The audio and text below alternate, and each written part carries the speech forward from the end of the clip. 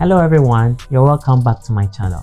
Today we are going to continue with the professional values, and today we are discussing about confidentiality, and we're going to use the confidentiality marking criteria.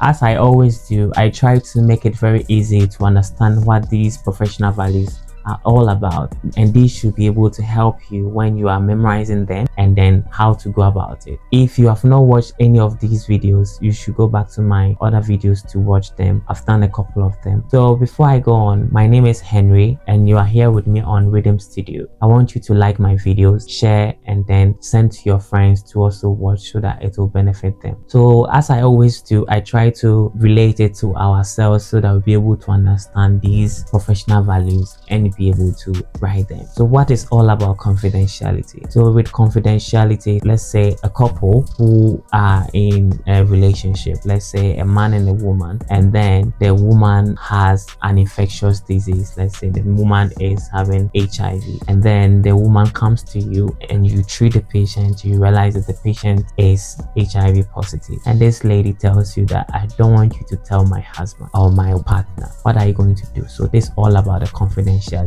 And according to the NMC, they have made these professional values to aid us as nurses to be able to know what to do and to not to breach any kind of confidentiality. With confidentiality, what are you going to do as a nurse if this situation happens? So we're going to use the marking criteria to talk about them. Without wasting much time, let's go on. The first point is outlines and provides a reassurance to the patient of professional responsibility to respect patient's right to privacy and confidentiality in all aspects of care, but outlines the need to act with honesty and integrity at all times.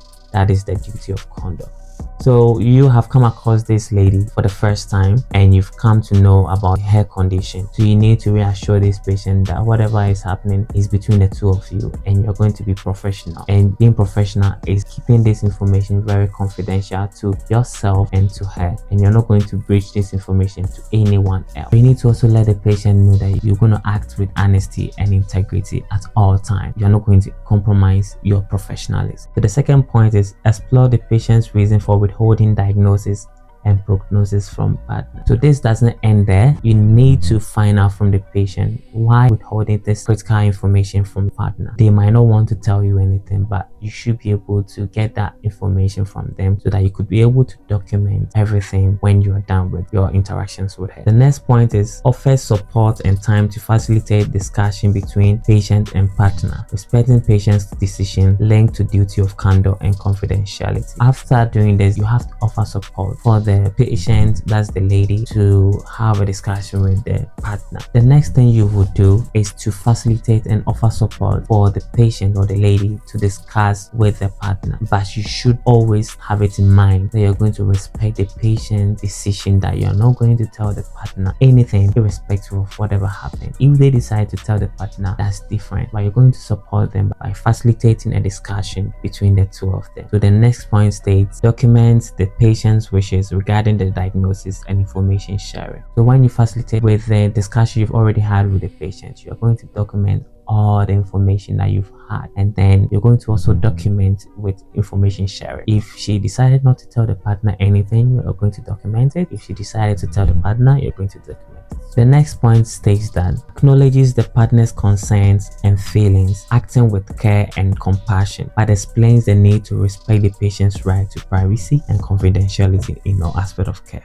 So let's make this more real. Assume you have a partner who is having something fishy going on. You feel like something is missing. You need to be told something, but the partner don't tell you, and you feel like you could get it from the nurses. What do you think you would do? You go straight to the nurses or the doctors to find out. Please, I know something's going on with my wife. She's not feeling well. She used to come here all the time, and I'm the partner, I'm the husband. I want to know what's going on. You have also been told by the patient not to relay any information to the partner. So what you're going to do is to acknowledge the partner's feeling, and you need to make the partner understand that you acknowledge the feeling that is concerned. It is your responsibility as a nurse to respect the patient's decision And the patient decision is that you are not to tell him anything. So you see, it makes it very difficult, but that's what the law is saying, or that's what the nursing code is saying we should do. So the next one states, acknowledge the need to uphold the standards and values set out in the code, prioritize people, practice effectively, preserve safety, and promote professionalism and trust. So this is very normal, and as usual, you need to uphold the code, and then this is to show that you are prioritizing people, practicing